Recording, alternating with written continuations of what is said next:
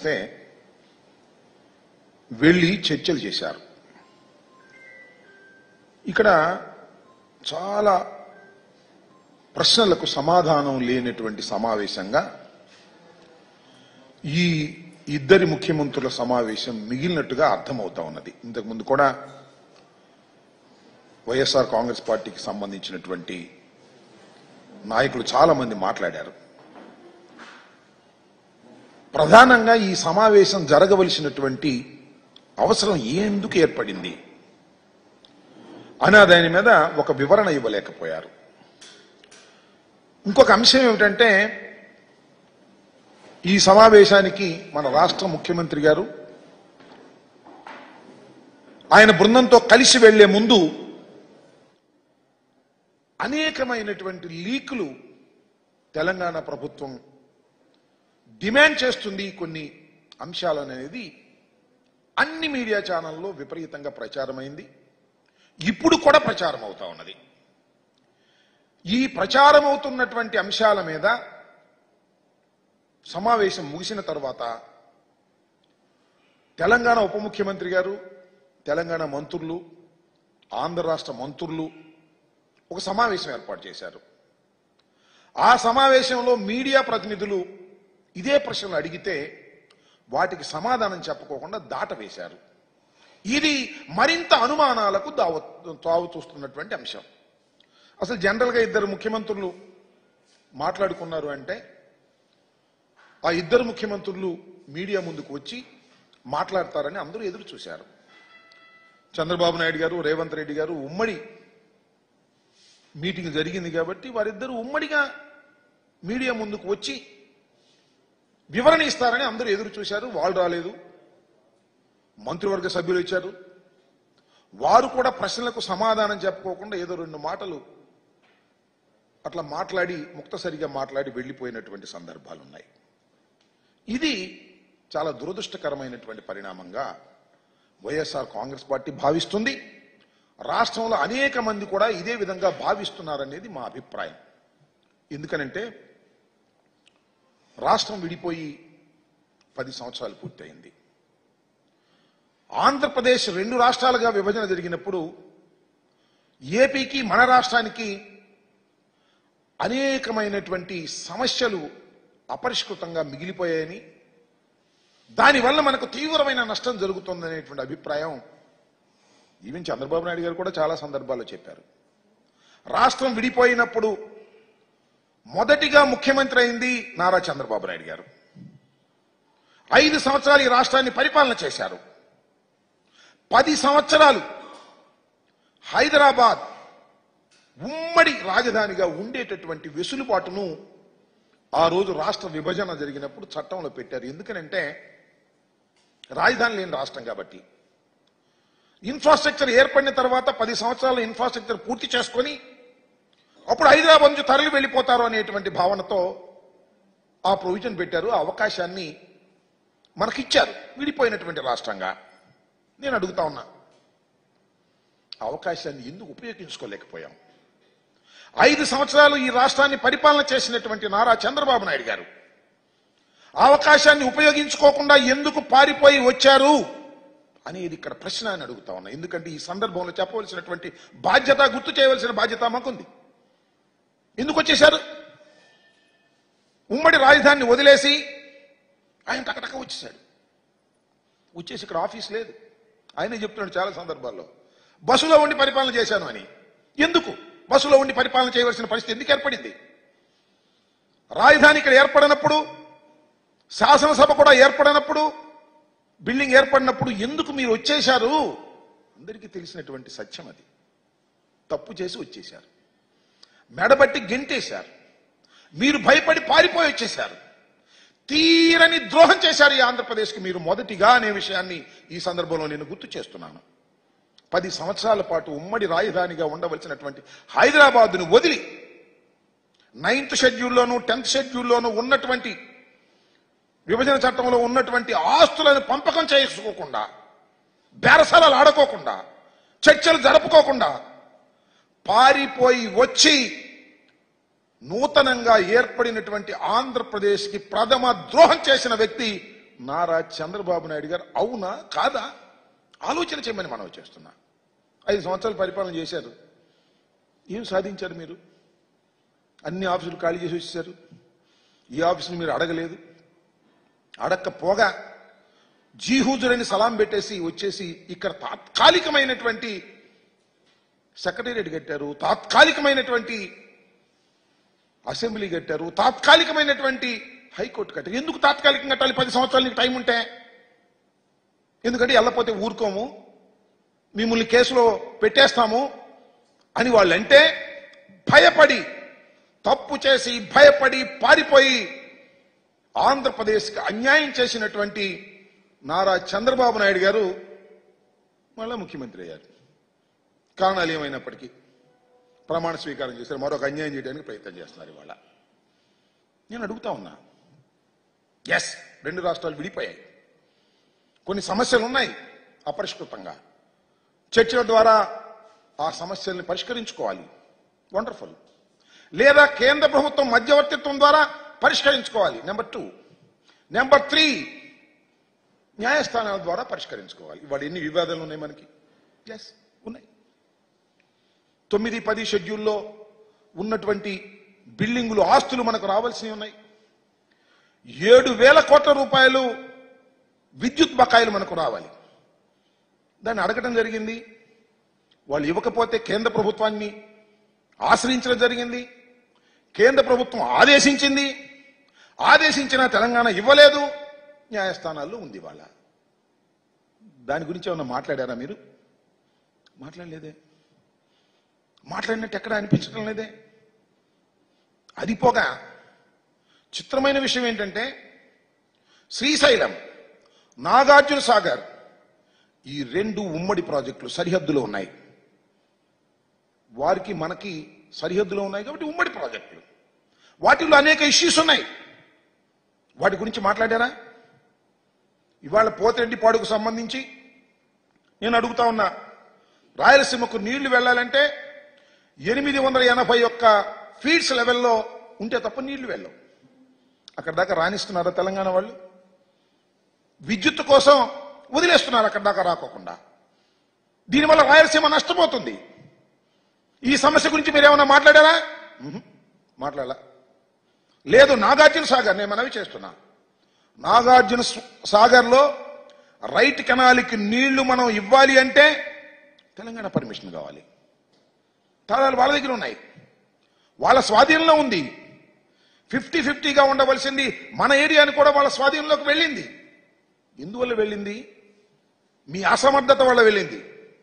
మళ్ళా జగన్మోహన్ రెడ్డి గారు అధికారంలోకి వచ్చిన తర్వాత మొన్న మీ అందరికీ తెలుసు, పోలీస్ యాక్షన్ చేసి మనం దాన్ని స్వాధీనం చేసుకున్నాం. తర్వాత కేంద్ర హోంశాఖ ఇంటర్ఫీర్ అయ్యి మేము దాన్ని పరిష్కరిస్తాం, మీరు తొందరపడమాకండి, మాకు హ్యాండ్ ఓవర్ చేయమంటే రాష్ట్ర ప్రభుత్వం కేంద్ర పోలీసులకు హ్యాండ్ ఓవర్ చేసినటువంటి సందర్భాన్ని మనం చేస్తున్నాం. దాని గురించి ఏమైనా మాట్లాడారా మీరు? మాట్లాడే ప్రయత్నం చేశారా? మాట్లాడలా. నాగార్జున సాగర్ విషయంలో కానీ, శ్రీశైలం విషయంలో కానీ మనకు ఆల్రెడీ వివాదాలు ఉండి ఇబ్బంది పడుతున్నటువంటి సమస్యల గురించి పొన్నెత్తు కూడా మాట్లాడుకోకుండా ఎందుకు ఈ సమావేశాన్ని ఏర్పాటు చేశారు నాకు అర్థం కాల. చాలా దురదృష్టకరమైనటువంటి పరిణామం. అరే బయట వింటుంటే ఆశ్చర్యం వేస్తుంది. కొన్ని పత్రికలు, కొన్ని మీడియా ఛానల్స్ చెప్పేటటువంటి మాటలు వింటుంటే దానికి చెప్పవలసిన వాళ్ళు సమాధానం చెప్పడాలా ఏంటండి నాకు అర్థం కాలేదు. ఎస్, ఆంధ్రప్రదేశ్కి ఒక సుదీర్ఘమైన తీర ప్రాంతం ఉంది. సుమారుగా 998 ఎంత ఉంది, 1000. మొన్న చర్చల సందర్భంగా చంద్రబాబు నాయుడు గారు లెటర్ రాస్తే మీరు రండి అని అంటే వాళ్ళు అడిగారంట మాకు దీనిలో వాటా కావాలని. తెలంగాణ ప్రభుత్వం అడిగిందని పత్రికల్లో వస్తుంది, మీడియాలో వస్తుంది. ఒక పత్రిక అయితే నమ్మశక్యం కాకపోవచ్చు, అన్ని పత్రికల్లోనూ, టోటల్గా అన్ని మీడియాలోనూ మాకు వాటా కావాలి అని తెలంగాణ ప్రభుత్వం అడిగింది. ఒకటి. రెండవది, తిరుమల తిరుపతి దేవస్థానం బోర్డులో వాటా కావాలి అడిగింది. బోర్డులో అంటే మెంబర్లు వేయడానికి. సరే, దట్ ఇస్ పొలిటికల్ డెసిషన్. ఆదాయంలో కూడా 48% కావాలి, మీరు 52 తీసుకోండి, మాకు 48 ఇవ్వండి అని అడిగింది అనేటువంటి మాట. అంతేకాదు, మనకు పోర్ట్స్ ఉన్నాయి కదా ఈ తీర ప్రాంతంలో, అన్ని పోర్ట్స్లోనూ వాటా కావాలని అడిగింది అని. మరొకటి కృష్ణా జిల్లాల్లో కూడా మాకు అన్యాయం జరిగింది, మాకు వాటా కావాలి అని అడిగిందని. ఈ 4 కూడా చాలా విపరీతమైన ప్రచారం జరిగాయి. దానితో పాటు అతి కీలకమైంది పోలవరం ప్రాజెక్టు నిర్మాణానికి విభజన చట్టంలో పెట్టినటువంటి 7 మండలాల్ని విభజన చట్టం ప్రకారం మన రాష్ట్రానికి కలిపేశారు. ఆ 7 మండలాల్ని వెనక్కి ఇచ్చేయమన్నారంట. ఇచ్చేయమన్నారు వాళ్ళ కోరికలు. చిత్రం ఏంటంటే ఒక పత్రికలో హిందూ, మీ అందరికీ తెలుసు, దీనిలో ఇవాళ వచ్చింది ఏంటంటే Naidu Revanth agrees to transfer 5 panchayats to TG. ఇది నాయుడు అంత రేవంత్ ఇద్దరు కలిసి సమావేశంలో 5 గ్రామాలను తిరిగి తెలంగాణకు ఇవ్వడానికి అంగీకరించారు చంద్రబాబు నాయుడు గారు. What is this? దీనికి సమాధానం చెప్పగలరా? వార్తలు ఈ విధంగా పుంఖాలుగా వస్తున్నప్పుడు మీరు ఏమీ మాట్లాడకపోగా, ముఖ్యమంత్రులు ఇద్దరు మాట్లాడకపోగా, ముఖ్యమంత్రుల తరపున అక్కడ డిప్యూటీ సీఎం, మన మంత్రులు, వారి మంత్రులు కలిసి ఉమ్మడి సమావేశం ఏర్పాటు చేసి పత్రికా సమావేశం, దానిలో మీడియా మిత్రులు ఏమండి ఇగో ఇవన్నీ వచ్చినాయి ఏంటి అని అడిగితే సమాధానం చెప్పకుండా తప్పుకెళ్లారంటే నిజమనుకోవాలా అబద్ధం అనుకోవాలా? సమాధానం చెప్పకోకుండా తప్పుకు వెళ్ళిపోయారు అంటే వాళ్ళు అడిగిన మాట నిజము అని ఒప్పుకోవాలి. ఈ 5 గ్రామాలు ఇవ్వడానికి అంగీకరించాడు అని ఒప్పుకోవాలి. లేదంటే తీర ప్రాంతంలో వాటా ఇవ్వడానికి చంద్రబాబు నాయుడు గారు సుముఖతతో ఉన్నారు అని అనుకోవాలి. మౌనం. అలాగే కృష్ణా జిల్లాలో వాటా ఇవ్వడానికి కూడా సుముఖంగా ఉన్నారు అనుకోవాలి. టీటీడీలో కూడా వాటా ఇవ్వడానికి సుముఖంగా ఉన్నారని అనుకోవాల్సి వస్తుంది మాట్లాడకపోతే. ఇంకో మాట అన్నాడు, రెండు కళ్ళు నాకు అన్నాడు. అంతే. తెలంగాణ ఆంధ్ర 2 నా కళ్ళు. నేను ఆంధ్రప్రదేశ్కి ముఖ్యమంత్రి అయినప్పటికీ కూడా 2 నాకు 2 కళ్ళు లాంటివి అన్నాడు. అంటే సమానంగా చూసుకుంటాననేగా. ఏంటిది నాకు అర్థం కాల. ఆ సందర్భం ఏమిటి? అఫ్ కోర్స్ మీ తెలంగాణలో మీ పార్టీ ఉండొచ్చు. దాన్ని మళ్ళీ బతికించుకోవడం కోసమో, దాన్ని మళ్ళీ రివైవ్ చేసుకోవడం కోసమో మీరు తెలంగాణ కోరేటటువంటి అసంబద్ధమైన కోరికలకు అంగీకరిస్తారా? అంగీకరించరా? అంగీకరిస్తారో అంగీకరించో చెప్పాలి కదా. చెప్పుకోకుండా తెలంగాణ వెళ్ళి తెలంగాణ భవన్లో, తెలంగాణలో వారి తెలుగుదేశం పార్టీ భవన్లో నాకు 2 కళ్ళు, తెలంగాణలో ఉన్నటువంటి తెలుగుదేశం కార్యకర్తలకు కూడా నేను మేలు చేస్తాను అనేటువంటి మాటలు మీరు మాట్లాడుతున్నారు అంటే ఈ జరిగినటువంటి విషయాలన్నీ కూడా నిజమే కదా అనేటువంటి భావన కలుగుతుంది. నిజమో కాదో మాకు తెలియదు. అసలు రహస్యం ఏంటంటే నాకు అర్థం కాలేదు. 2 రాష్ట్రాల ముఖ్యమంత్రులు విభజన చట్టంలో ఉన్నటువంటి అంశాల మీద చర్చించుకోవడం రహస్యమల అవుతుంది. బహిరంగం కావాలి కదా. మీరేం ప్రత్యక్ష ప్రసారం ఇవ్వాల్సిన అవసరం లేదు. ఇది జరిగింది అని రేవంత్ రెడ్డి గారో, ఇది జరిగింది అని చంద్రబాబు నాయుడు గారో పాయింట్ టు పాయింట్ చెప్పాలి కదా. మీరు చర్చలు జరిగాయి, చర్చలు జరిగితే ఇది అడిగారు మేము ఇస్తామన్నాము, ఇది అడిగారు మేము వద్దన్నాము అని చెప్పాలి కదా. చెప్పకోకుండా రహస్యంగా దాయవలసినటువంటి పరిస్థితి ఎందుకు ఏర్పడుతుంది? దీన్ని ఆలోచించవలసినటువంటి అవసరం ఉందని మనవి చేస్తున్నా. దాంతోపాటు చంద్రబాబు నాయుడు గారు నాకు 2 సమానమే. చంద్రబాబు నాయుడు గారు మీరు ఆంధ్రప్రదేశ్కి ముఖ్యమంత్రి మర్చిపోవద్దు. 2 సమానం అయితే మీ పార్టీ పరంగా చూసుకోండి. కానీ ముఖ్యమంత్రిగా ఉండి తెలంగాణ కూడా నాకు సమానం అనేటువంటి పద్ధతుల్లో మీరు మాట్లాడుతున్నారంటే ఏదో ద్రోహాన్ని ఆంధ్ర రాష్ట్ర ప్రజలకు మీరు చెయ్యబోతున్నారు అనే నిర్ధారణకి వాళ్ళ ప్రజలు, మేధావులు వచ్చేటటువంటి పరిస్థితి ఉంది. కాబట్టి మీరు సమాధానం చెప్పండి. ఈ ప్రశ్నలకు సమాధానం వాలంటరీగా చెప్పాలి. లేదా మేము అడుగుతున్నాం చెప్పండి. చెప్పం మేము కాముగా ఉంటామంటే మీరు మా ఇష్టం వచ్చింది అనుకోవాలి, జనం ఇష్టం వచ్చింది అనుకోవాలి. ఈ హిందూలో రాసింది నిజం అనుకోవాలి, మీడియాలో వస్తున్నటువంటి వార్తలన్నీ నిజమని అనుకోవలసినటువంటి అవసరం ఉంటుంది. మౌనం అర్ధాంగీకారం అన్నారు. ఈయన అడిగినా చెప్పట్లేదంటే ఫుల్ అంగీకారంగా భావించవలసి ఉంటుంది అనేది మీరు గ్రహించాలి. ఇది సరైనటువంటి విధానం కాదు. అఫ్ కోర్స్ మీరు మంచి ఉత్సాహంగా ఉన్నారు, గెలిచారు కాబట్టి. తెలంగాణకి వెళ్ళి మీరు ఏదో ప్రదర్శన చేయాలని, ఊరేగింపు చేయాలనో, రేవంత్ రెడ్డిని కలవాలనో అనుకోవచ్చు. రేవంత్ రెడ్డి గారు మీ శిష్యుడో గురువో మాకు తెలియదు. కానీ మీకు ఆ చనువు ఉంది కాబట్టి ఏదో సాధిస్తారని చాలా మంది అనుకున్నారు. సాధించకపోగా మీరు వదిలేసి మన హక్కుల్ని వదిలేసేటువంటి పరిస్థితి వస్తుంది అనేది ఇవాళ భయపడుతున్నటువంటి అంశమని ఈ సందర్భంగా నేను చెప్పదలుచుకున్నాను. ఇంకొక అంశం ఏంటంటే Polavaram it's very very important thing. Polavaram చట్టంలో మనకి ఛత్తీస్గఢ్కి తెలంగాణకి కొన్ని విభేదాలు ఉన్నాయి. ఛత్తీస్గఢ్కి అదేవిధంగా ఒరిస్సాకి ఉన్నటువంటి వివాదాలను ఆల్మోస్ట్ ఆల్ పరిష్కార దశకు వచ్చేసాయి. పరిష్కరించుకునే పరిస్థితి వచ్చేసింది. మన జగన్మోహన్ రెడ్డి గారి చొరవ వల్ల పరిష్కరించుకునే దశకు వచ్చాం. వాళ్ళు తెలంగాణలో కొత్త సమస్య తీసుకొచ్చారు. 7 గ్రామాలని మనం కలిపేటువంటి విధానం చట్టంలో ఉంది. ఇవాళ చంద్రబాబు నాయుడు గారు, రేవంత్ రెడ్డి గారు, నేను లేకపోతే మోడీ గారు నిర్ణయించింది కాదు. అది విభజన చట్టంలో 7 మండలాలు తీసుకెళ్లి ఆంధ్రప్రదేశ్లో కలిపితే తప్ప పోలవరం నిర్మాణం సక్రమంగా సాగదు. ఇది ముంపుకు గురయ్యేటువంటి ప్రాంతాలు. అవి ఒక ప్రాంతంలో ఉంటే ఘర్షణలు వస్తాయి లేదా విభేదాలు వస్తాయని కలిపేశారు. వాడిని అడుగుతున్నారంట వాళ్ళు. ఇది అడగడం తప్పో రైటో చెప్పాలి కదా. అంటే మీరు ఏమనుకుంటున్నారు? పోలవరాన్ని కట్టకూడదని అనుకుంటున్నారు అనేటువంటి భావన కలుగుతా ఉంది. ఎందుకంటే ఒకటి, వాళ్ళు అడుగుతున్నారు మేము ఇస్తాం అనేటువంటి మాట వాళ్ళు మాట్లాడుతున్నారు. చాలా ద్రోహం అని చెప్పి ఈ సందర్భంగా నేను మనవి చేస్తున్నా. చంద్రబాబు నాయుడు గారి కంఠం పెద్దది కావచ్చు, చంద్రబాబు నాయుడు గారిని సపోర్ట్ చేసేటటువంటి పత్రికలు విరివిగా ఉండవచ్చు, మీడియాలో ఆయన ఎక్కువగా చెప్పవచ్చు, కానీ పోలవరానికి ద్రోహం చేసేటటువంటి కార్యక్రమం నారా చంద్రబాబు నాయుడు గారు చేస్తున్నారు అని మరొక్కసారి ఈ సందర్భంగా చెప్పదలుచుకున్నానని మనవి చేస్తున్నా.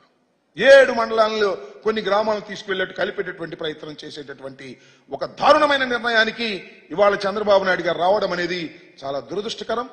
ఇది ద్రోహం అని కూడా ఈ సందర్భంగా మనవి చేస్తున్నాం. అంతేకాదు, మీ అందరికీ తెలుసు గోబెల్ ప్రచారం. చంద్రబాబు నాయుడు గారికి అది చాలా మెరుగ్గా ఉంటుంది. ఎందుకంటే ఆయనకి 1, 2, 3, 4 పత్రికలు ఉన్నాయి, అలాగే 2, 3 ఛానల్స్ ఉన్నాయి. ఒకే వార్త వండేస్తారు భయంకరంగా. ఇవాళ కూడా వారికి ఉన్న పత్రికల్లో రివర్స్ టెండరింగ్ రివర్స్ కొట్టింది అంటే వాళ్ళు చెప్పదలుచుకుంది ఏంటంటే పోలవరం ఈ దశకు రావడానికి కారణం, ఈ దశ కంటే సంక్షోభంలో ఉండడానికి గల కారణం జగన్మోహన్ రెడ్డి గారు రివర్స్ టెండరింగ్ వల్లే జరిగిందని మా మీద ఆపాదించే ప్రయత్నం చేస్తున్నారు. నేను అనేక సందర్భాల్లో చెప్పా, మళ్ళా చెప్తున్నా, కాంట్రాక్టర్ను మార్చడం వల్లనో రివర్స్ టెండరింగ్ వల్లనో పోలవరం ప్రాజెక్టుకు నష్టం జరగలేదు. మరొక్కసారి చెప్తున్నా, కాంట్రాక్టర్ను మార్చడం వల్లనో రివర్స్ టెండరింగ్ వల్లనో పోలవరానికి నష్టం జరగలేదు. నష్టం జరిగిందల్లా మీ తెలివి తక్కువతనం వల్ల. నది డైవర్షన్ పూర్తి కాకుండా, డైవర్షన్ చేయకోకుండా డయాఫ్రమ్ వాల్ వేసి కాఫర్ డ్యాముల నిర్మాణం ప్రారంభించడం వల్ల మాత్రమే ఇవాళ ఇది జరిగిందనేది ఘంటాపదంగా చెప్పగలనని కూడా మనవి చేస్తున్నా. ఆ తప్పును కప్పిపుచ్చుకోవడం కోసం రివర్స్ టెండరింగ్, కాంట్రాక్టర్ను మార్చారు, అందువల్లనే జరిగింది అనేటువంటి మాట మాట్లాడుతున్నారు. పదే పదే పదే మాట్లాడటంతో ఏమో అనేటువంటి భావన ప్రజల్లో కలిగే విధంగా నేను ఇంతకు ముందు అనేక సందర్భాల్లో ఎక్స్ప్లెయిన్ చేశా, డయాగ్రామ్ వేసి కూడా ఎక్స్ప్లెయిన్ చేశా. నేను మనవి చేస్తున్నా, దీనివల్ల కాదు, చంద్రబాబు నాయుడు గారు 2019లో త్వరితగతిన పూర్తి చేసి ఎన్నికలకు వెళ్ళాలి అనేటువంటి తాపత్రయంతో ప్రోటోకాల్ లేకోకుండా, నది డైవర్షన్ పూర్తి కాకోకుండా నది మధ్యలో కాఫర్ డ్యాములు వేసేటటువంటి ప్రయత్నం చేయటం వల్ల మాత్రమే ఈ తీవ్రమైనటువంటి నష్టం జరిగింది. ఇవాళ నష్టం జరగడానికి ప్రధానమైన కారణం చంద్రబాబు నాయుడు గారు, వారి ప్రభుత్వం 5 సంవత్సరాలు చేసినటువంటి విధానం అని కూడా ఈ సందర్భంగా నేను చెప్పదలుచుకున్నాను. పోలవరం మీద చంద్రబాబు నాయుడు గారికి చిత్తశుద్ధి లేనే లేదు. పోలవరంలో వచ్చేటటువంటి డబ్బుల మీద మాత్రమే ఆయనకి చిత్తశుద్ధి ఉంది అనే విషయాన్ని మరొకసారి గుర్తు చేస్తున్నాను. నేను చెప్పింది కాదు, వారి పార్ట్నర్గా ఉన్నటువంటి మోడీ గారే అది ఏటీఎంగా ఉపయోగించుకుంటున్నారనేటువంటి మాట చెప్పినటువంటి సందర్భాలు ఉన్నాయని కూడా ఈ సందర్భంగా నేను మనవి చేస్తున్నాను. కాబట్టి ఇప్పటికైనా నేను సవినయంగా చంద్రబాబు నాయుడు గారిని, తెలుగుదేశం పార్టీని, ప్రభుత్వాన్ని రిక్వెస్ట్ చేస్తున్నాను. ప్రజల్లో తీవ్రమైనటువంటి అనుమానాలు ఉన్నాయి. దానికి కారణం మీరే, ఎవరు కాదు. మీరే ఒక లెటర్ రాసి ఆహ్వానింపజేసుకొని మీరే వెళ్ళడం, మీరే మాట్లాడడం, మీరు మాట్లాడిన తర్వాత ఏమో వారు మాట్లాడక ముందే చాలా లీకులు ఇవ్వడం, ఇందాక నేను చెప్పినటువంటి అనేక అనుమానాలు తెలుగు రాష్ట్ర ప్రజల్లో, ముఖ్యంగా ఆంధ్రప్రదేశ్లో ప్రజల్లో తీవ్రమైన నష్టాన్ని చేసేటటువంటి డిమాండ్స్ వారు పెట్టారని, మీరు కొన్ని డిమాండ్స్ను అంగీకరించారనేటువంటి మాటలు పత్రికల్లో వస్తున్నాయి. దీనికి క్లారిఫికేషన్ ఇచ్చుకోవడం మీకు మంచిదని మనవి చేస్తున్నాం. మాకు కాదు, మీకు మంచిది. లేకపోతే మీరు నష్టం చేస్తున్నారు రాష్ట్రానికి అనేటువంటి భావన, రెండు కళ్ళు కాబట్టి రెండింటినీ సమానంగా చూసుకుంటున్నారు, అవసరమైతే మన రాష్ట్రంలో ఉన్న కొన్ని హక్కుల్ని వారి రాష్ట్రానికి ఇస్తారు అనేటువంటి భావన కలిగేటటువంటి అవకాశం ఉన్నది. కాబట్టి సత్వరమే మీరు సమాధానం చెప్పండి. మీరు సమాధానం చెప్పకపోతే ఎవరు అనుకోవాల్సింది వాళ్ళు అనుకుంటారు. అది తీవ్రంగా మీకే నష్టం ఈ ప్రభుత్వానికి జరుగుతుంది, రాష్ట్రానికి జరుగుతుందని కూడా ఈ సందర్భంగా నేను చెప్పదలుచుకున్నాను. కమిటీ వేశారు. అదేదో పూర్వం ఏదో సినిమా మన టీవీలో వచ్చేది ఋతురాగాలని సీరియల్, ఎన్ని సంవత్సరాలు నడిచిందో అన్ని సంవత్సరాలు నడిచింది. ఈ కమిటీలు కూడా అన్ని సంవత్సరాలు నడుస్తుంది. నేను ఒక మాట చెప్తా. ఆల్రెడీ జగన్మోహన్ రెడ్డి గారు మాట్లాడటం, కేంద్రంతో సిఎస్లతో మీటింగ్ వేయటం, బేడీతో ఒక కమిటీని వేయటం, కొంతవరకు ముందుకు వెళ్ళినాయి. మళ్ళీ వెనకొచ్చారు. మళ్ళీ రేవంత్ రెడ్డి, చంద్రబాబు నాయుడు గారు కూర్చొని మాట్లాడుకోవడం, ఏం జరిగింది ఎవరికి చెప్పకుండా పారిపోయి రావడం. This is not at all correct. ప్రజాస్వామ్యంలో ఇది కరెక్ట్ కాదు.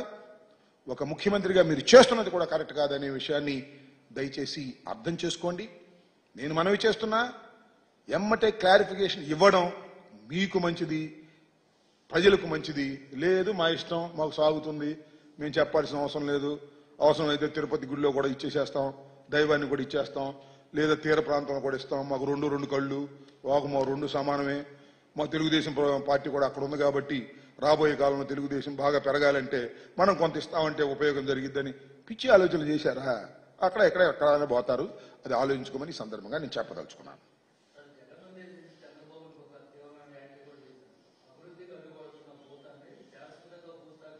ఇవాళ చంద్రబాబు నాయుడు గారు జగన్మోహన్ రెడ్డి గారి మీద అనేకమైన వ్యాఖ్యలు చేస్తున్నారు. నేను ఇంతకు ముందు కూడా చెప్పా, వ్యక్తిగత హననాన్ని చేసేటటువంటి ప్రయత్నం చేస్తున్నారు. అంటే కారణం ఏంటంటే జగన్మోహన్ రెడ్డి గారు మళ్ళా విజృంభిస్తారు, ఆయనకి ప్రజాదరణ బాగుంది అనేటువంటి ఒక భయంతో చేస్తున్నటువంటి ఈ ఆరోపణలు తప్ప దానిలో నిజాలు లేవు. మేము ఓడిపోయి ఉన్నాం, ఆయన గెలిచున్నాడు కాబట్టి ఏయో చెప్తాడు. ఆయన చెప్పే మాటలన్నీ పెద్దగా పట్టించుకోవాల్సిన అవసరం లేదు. రాబోయే కాలంలో చూస్తాం.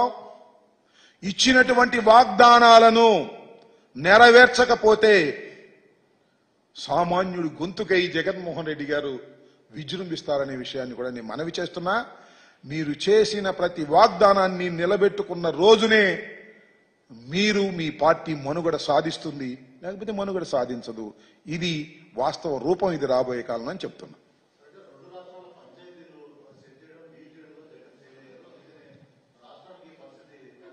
రెండు రాష్ట్రాల పంచాయతీనా?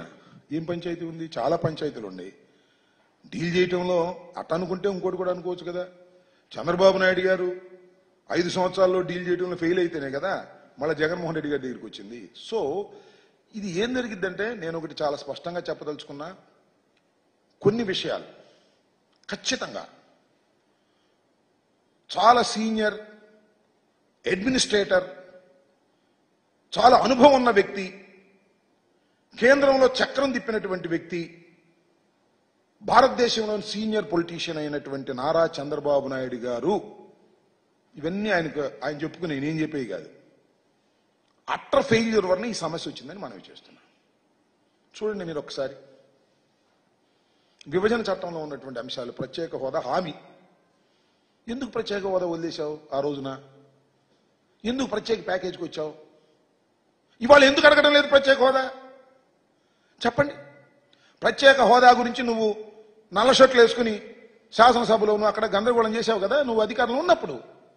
ఇవాళ నీ మీద ఆధారపడేటువంటి ప్రభుత్వం వచ్చిన తర్వాత మీరెందుకు ప్రత్యేక హోదాని అడగడానికి కూడా భయపడుతున్నారు? చెప్పండి సమాధానం. నేను మనవి చేస్తున్నా 5 సంవత్సరాలు నువ్వు ముఖ్యమంత్రిగా మీరు ఎన్నుకోబడ్డారు రాష్ట్ర ప్రజల ద్వారా. శభాష్, మాకు 67 వచ్చాయి, మీరు అధికారంలోకి వచ్చారు. బహుశా అప్పుడు విభజించబడినటువంటి రాష్ట్రానికి అన్యాయం జరిగింది కాబట్టి, అన్యాయం జరిగిన రాష్ట్రానికి అనుభవజ్ఞుడైనటువంటి చంద్రబాబు నాయుడు గారు వస్తే బాగుంటుందని వేశారు. ఎందుకు వేశారో ఓట్లు వేశారు, మీరు అధికారంలోకి వచ్చారు. అనుభవజ్ఞులు 5 సంవత్సరాలు ఏం చేశారబ్బా? 5 సంవత్సరాలు మీరు చేసింది ఏంటి? కేసులో ఇరుక్కోకుండా తప్పుకోవడం కోసం ఆంధ్ర రాష్ట్రాన్ని పణంగా పెట్టారే.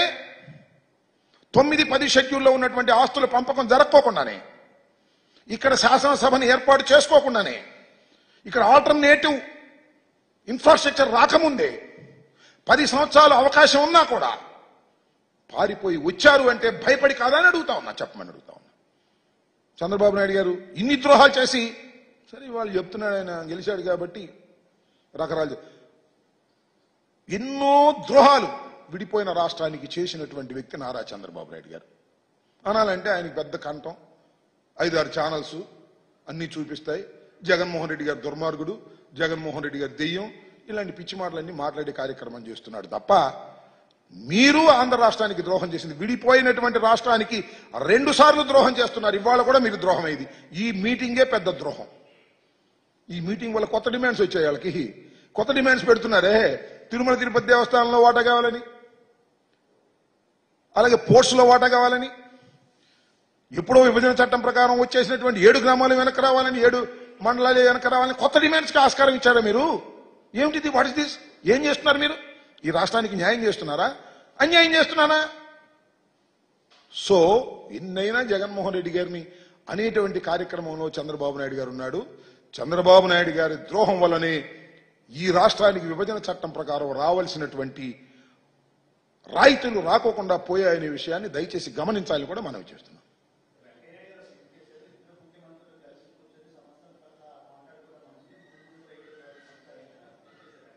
ఏమన్నారు? వెంకయ్యనాయుడు గారు శభాష్, నేను కాదంటలా. 2 ముఖ్యమంత్రులు కలుసుకోవడం, 2 ముఖ్యమంత్రులు చర్చించుకోవడం తప్పని ఎవరన్నారు? చర్చించుకున్న విషయాలను బహిర్గతం చేయకోకుండా రహస్యంగా అట్టిపెట్టడం ధర్మమా? చెప్పాలి కదా ఏదోటి. మేము ఈ అంశాల గురించి చర్చించుకున్నాం, ఈ అంశాల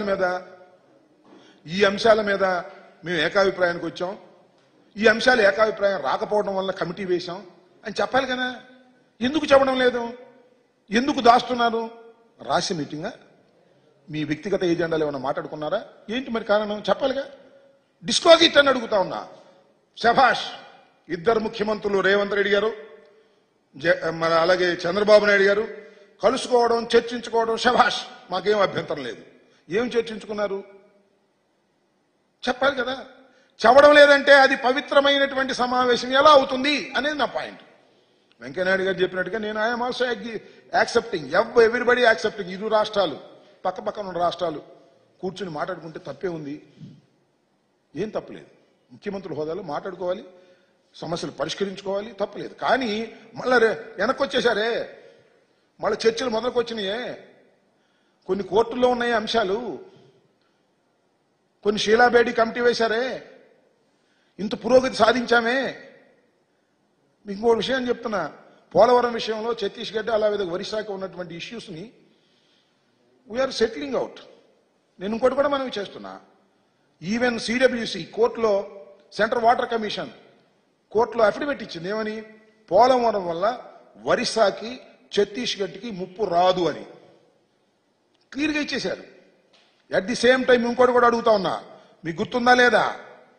తెలంగాణ మంత్రులు మాట్లాడారు ఇంతకు ముందు, పోలవరం 51.72 లెవెల్కి పెరిగితే భద్రాచలం మునిగిపోద్ది అన్నారు. Which is not correct. దాని గురించి ఏమైనా చర్చించారా మీరు? 51.72 లెవెల్కి వాటర్ నింపడానికి వీల్లేదు, పోలవరంలో ప్రాజెక్టు పూర్తి కావడానికి వీల్లేదు అని తెలంగాణ వాదులు, తెలంగాణ ప్రభుత్వం పూర్వం వాదించింది. అవునా కదా? దాని గురించి ఏమైనా మాట్లాడారా? ఇన్ని వివాదాలుంటే ఏ వివాదం గురించి మాట్లాడుకోకుండా ఏంటంటే అదిదో మత్తుపా డార్కోనే డ్రగ్స్ గురించి మాట్లాడాం. డ్రగ్స్ గురించి మాట్లాడడానికి ఎంతమంది అదా? వాటి ఇది జోక్ చేస్తున్నారు.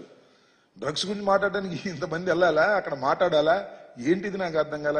ఏది దొరక్క దాన్ని ముందుకు తీసుకొచ్చారు, అంతే సింపుల్. ఆ పూటకి అది ముందుకు తీసుకొచ్చారు, అసలు విషయాలు చెప్పుకోకుండా. సింగర్ అద్దెకి వెళ్ళాడు, వచ్చాడు అన్న సామెతగా వెళ్ళారు, వచ్చారు. ఏం జరిగిందంటే ఎవడు మాట్లాడ్డా, తుస్ సీక్రెట్ రహస్యంగా పెట్టుకోండి, ఎవరు మాట ఏంటిది.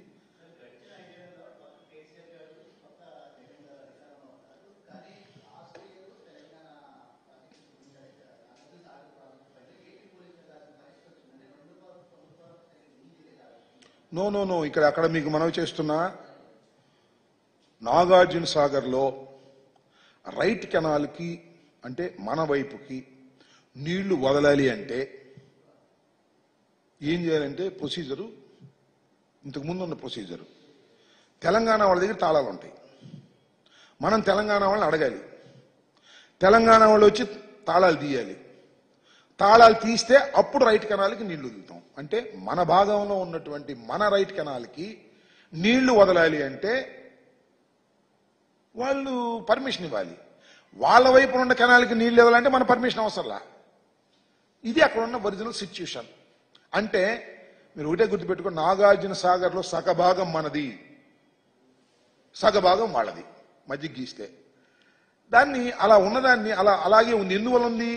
చంద్రబాబు నాయుడు గారు అడగలేక, డిమాండ్ చేయలేక. మీకు గుర్తుందా, చంద్రబాబు నాయుడు గారి టైంలో ఒకసారి పోలీసులు ఇలాగే వెళ్ళారు యాక్షన్కి వెళ్తే మన వెనక్కి తిరిగి వచ్చారు. యాక్షన్కి వెళ్ళంగానే చంద్రబాబు నాయుడు గారి ఫోన్ వచ్చింది, నువ్వు ఆ యాక్షన్ చేశావా, ఓటుకు నోటు కేసులో నువ్వు ముద్దాయి అవుతావు అని. వచ్చేయండి అన్నాడు. ఇది నా ఆరోపణ. వచ్చేశారు. కానీ మేము అదును చూసి మేము వెళ్ళి దాన్ని హ్యాండ్ ఓవర్ చేసుకున్నాం. జగన్మోహన్ రెడ్డి గారి టైంలో we hand over that place. అప్పుడు కేంద్ర హోంశాఖ ఇంటర్ఫియర్ అయ్యింది. మీరు పోలీసులు ఆ పోలీసులు కొట్టుకోవడం బాగోలేదు, మేము సెంట్రల్ ఫోర్స్ని పెడతాం, ఆ సమస్యను మేము పరిష్కరిస్తాం అంటే సెంట్రల్ ఫోర్స్కి ఇచ్చారు జగన్మోహన్ రెడ్డి గారు. ఇప్పుడు నాగార్జున సాగర్లో సెంట్రల్ ఫోర్స్ ఉంటుంది.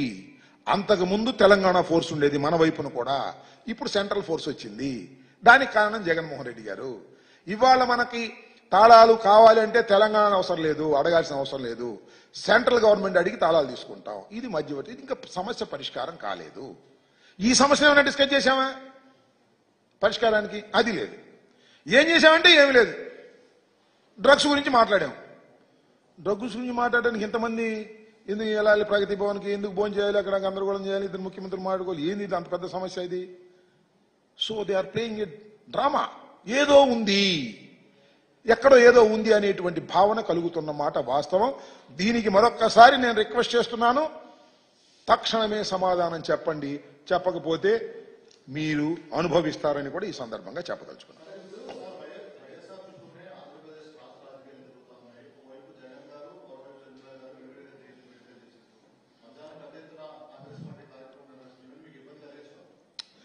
ఇప్పుడు ఒక విషయం, రాజశేఖర రెడ్డి గారు ఉమ్మడి రాష్ట్రానికి ముఖ్యమంత్రిగా పనిచేశారు. రాజశేఖర రెడ్డి గారి అప్పుడప్పుడు చంద్రబాబు నాయుడు గారు కూడా చెప్తున్నాడు కదా, రాజశేఖర రెడ్డి గారు నాకు బాగా మిత్రుడు అని. సో రాజశేఖర రెడ్డి గారి జయంతిని ఎవరైనా జరుపుకోవచ్చు, వర్ధంతిని ఎవరైనా జరుపుకోవచ్చు, ఎవరైనా దండ వేయచ్చు, దివంగత రాజశేఖర రెడ్డి గారికి అభిమానులు పెంచు. ఒకటి మాత్రం వాస్తవం,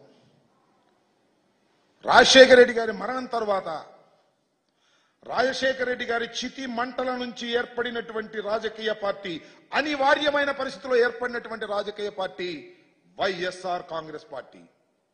ఎన్ని కుట్రలు కుతంత్రాలు చేసినా వైఎస్ఆర్ కాంగ్రెస్ పార్టీని ఎవ్వరూ ఏమీ చేయలేరు.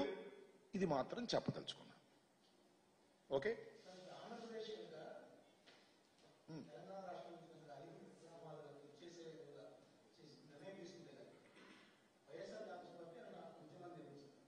ఉద్యమాల అవసరం చూద్దాం. We will see.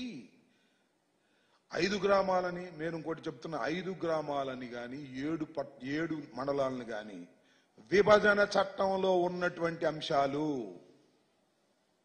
అంటే అర్థం ఏంటి?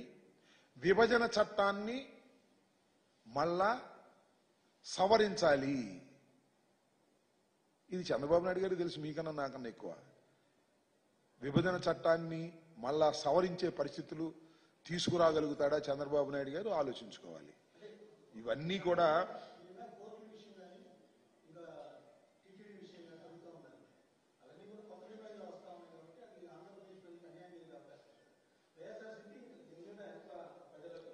అసలు ముందు వాళ్ళ సమాధానం చెప్పలేమండి. Wheel plan it.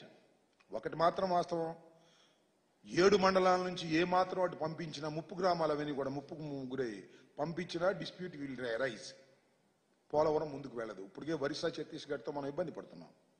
చాలా అంశాలు ఉన్నాయి. అన్నిటికన్నా మించినటువంటి అంశాలు జల వివాదాలు.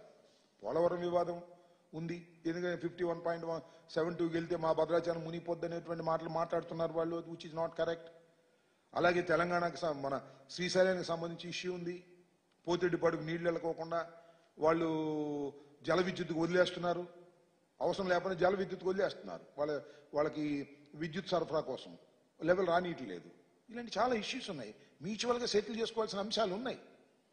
మాట్లాడుకోవాలి, చర్చించుకోవాలి, తప్పలేదు. ఇవేం మాట్లాడుకోకుండా తిరుపతిలో వాటా ఇద్దామా వద్దా, కోస్ట్లో వాటా ఇద్దామా వద్దా, పోలవరంకి వచ్చినటువంటి 7 మండలాల్లో కొన్ని గ్రామాలు ఇచ్చేద్దాం వద్దా, ఈ చర్చ జరుగుతుందంటే కొద్ది భయం వేస్తున్నటువంటి అంశం ఇది. ఆందోళన చెందవలసినటువంటి అంశం ఇది. ముఖ్యంగా తెలుగు రాష్ట్ర ప్రజలు, ముఖ్యంగా ఆంధ్రప్రదేశ్ ప్రజలు ఆందోళన చెందుతున్నటువంటి అంశాలు ఇవి. వీటికి you have to give a clarification. ఇవ్వకపోతే తప్పు చేసిన వాళ్ళు అవుతారు, అంతే. రైట్.